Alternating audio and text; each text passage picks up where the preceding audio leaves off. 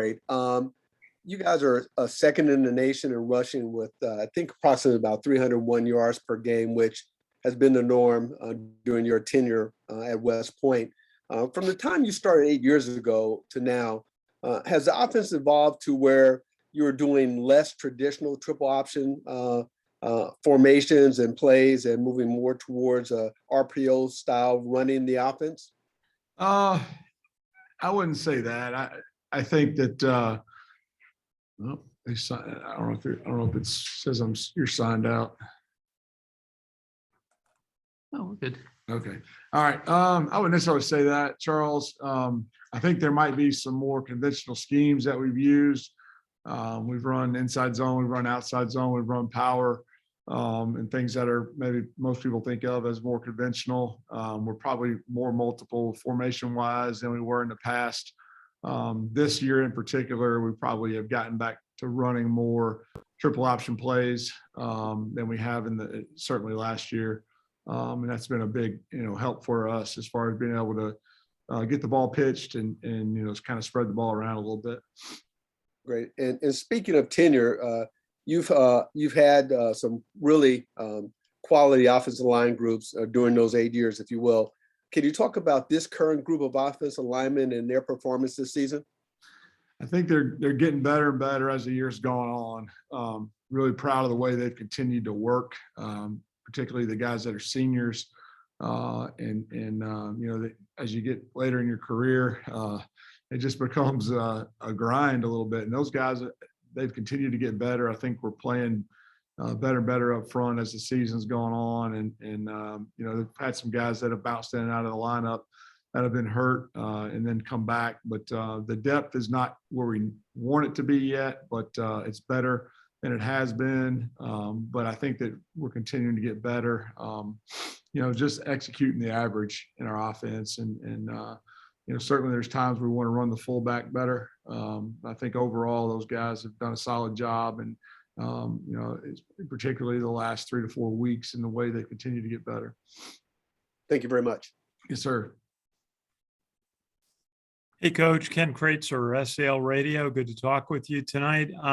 Tell us, one of the things that really seems to have gone well the last few weeks is having the two quarterbacks, Christian Anderson, Tyree Tyler, complement each other different times in the game.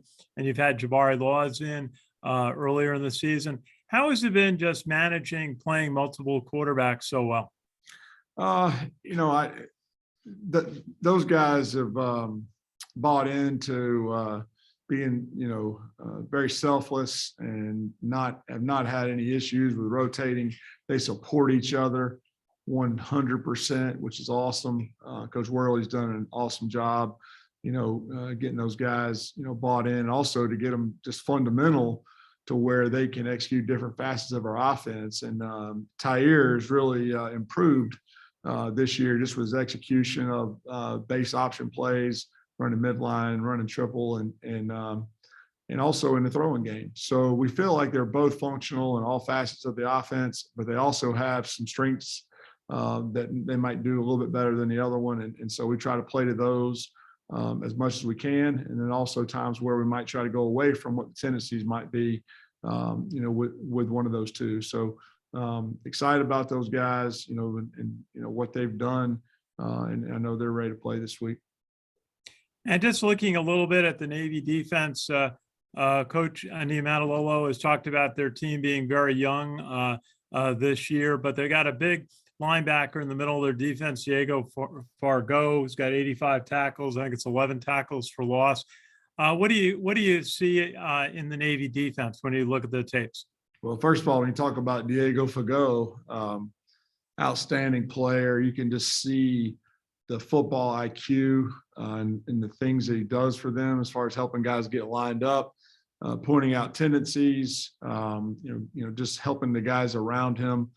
He's a guy, I say, best football players make guys around him better. He certainly does that. He's a great blitzer, has a knack for kind of sliding off blocks and sliding through creases, jumping over people. So he's definitely something that you have to, plan for, and a guy that we have to be aware of. Obviously, you can't just run away from him. He plays in the middle of their defense, but just a guy that we have to be aware of at all times. But I think they're just so fundamental, and Coach Newberry does a great job of getting those guys to play fast. They did a really nice job against us last year, and I thought they played with a lot of confidence, and they were really stout up front. I thought we didn't do as good of a job as we would like to of controlling the line of scrimmage. And that's certainly where the game's got to start. So I think they do a great job with that. Play with leverage up front, play great pad level. They don't stay blocked, and then I think they're just a solid defense, and I know they have a lot of confidence in playing against us and in defending us. Thanks, Coach. Yes, sir. Hey, Brent. Ken McMillan from The Record. Hey, Ken. Hey, speaking of Fargo, given how good he is there ever a natural inclination to try to focus on one guy, or do you, as you say, just be aware? Yeah, Fago is a guy, like I said, you can't game plan around him. You just need to be aware of, okay, he likes to do this. He likes to jump over scoop blocks in short yardage. He likes to walk up on one side of you and then he'll knife into the other. So just things like that make him a good football player. He's just smart. He doesn't ever run across a gap and block himself. He'll read out of it and play behind. When he's supposed to cancel gaps. If you cancel it as an offensive lineman, he's going to come behind you. I mean, just things that some of you can't teach. He's a heady football player, got a knack for fitting the run. And, so that's it's something you just got to be aware of. You talk to your guys about it and how they use him. But no, we can't just say, okay, he lines up here, so we got to run this away from him or whatever. That's just not what we do. But he's certainly somebody that we have to deal with. You faced Navy a number of times. How does this Navy defense look compared to some recent ones? I mean, you're not going to compare one to another. Every game is different. They schematically look very similar to what they've done in the past. And by the past, I mean the last 2 years, which they've done very well. So there's always the possibility of different wrinkles and things that you have to kind of account for, where you have to have answers ready. So you can't be too multiple in what you game plan for, as far as the number of plays you run and the schemes you run, because you got to be able to fit them to every possibility. And so that's where we are right now. I mean, I know they have some things they definitely like against us, against option teams, but also they're willing to step outside of the box a little bit too. This is more of a personal question. You've done this a long time, but is this as pressure packed a week for you and for the other coaches as any other? I think so. I think it's a good pressure because the game means so much to so many, and so much to our kids, so much to the country in general. And to be a part of it, you feel just a sense of urgency and a sense of responsibility to do a great job, to try to put your guys in position, to make plays. But at the same time, it's a game that's won by players. And so you don't want to try to do too much or to try to put them in a perfect situation, because they're going to play really hard and they're going to lay it on the line because of what it means. But I would say it's pressure, but it's good pressure. You want to be a part of games like that, like this one, as a player or as a coach, as a competitor. So that's something that we have to embrace.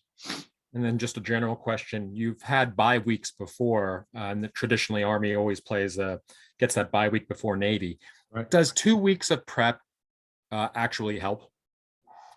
I think in some respects it does. And then, by the time we hit Wednesday of that second week, man, our guys they're like, Coach, I've had enough, man. We're ready to go. And you just have to balance during those 2 weeks between doing too much, banging too much, and getting guys banged up, and then also having them physical enough and to play at the speed of the game. So you have to do enough, but you don't want to do too much because when you get to the gate, they're going to play hard. So there's a little bit of we've got to get these guys ready, but at the same time, we want to get them all to the game as well. And so that's something we've had to really learn to balance. And Coach Monk has done a great job of that over the years and adjusting a little bit maybe how we've prepared for a game like this. Thanks, Brent. Yes, sir. Coach, you spoke a lot about Fago. What about the guy on your side, Andre Carter? How much does he help your offense in practice, and what's he like in practice? He's a turnover making machine, to be honest with you. I mean, he's going to bat a pitch down. He's going to strip sack. He's going to drop underneath the hitch and pick it off. He's just he's difficult, and he can line up in places and cover ground and get to a gap where most people can't.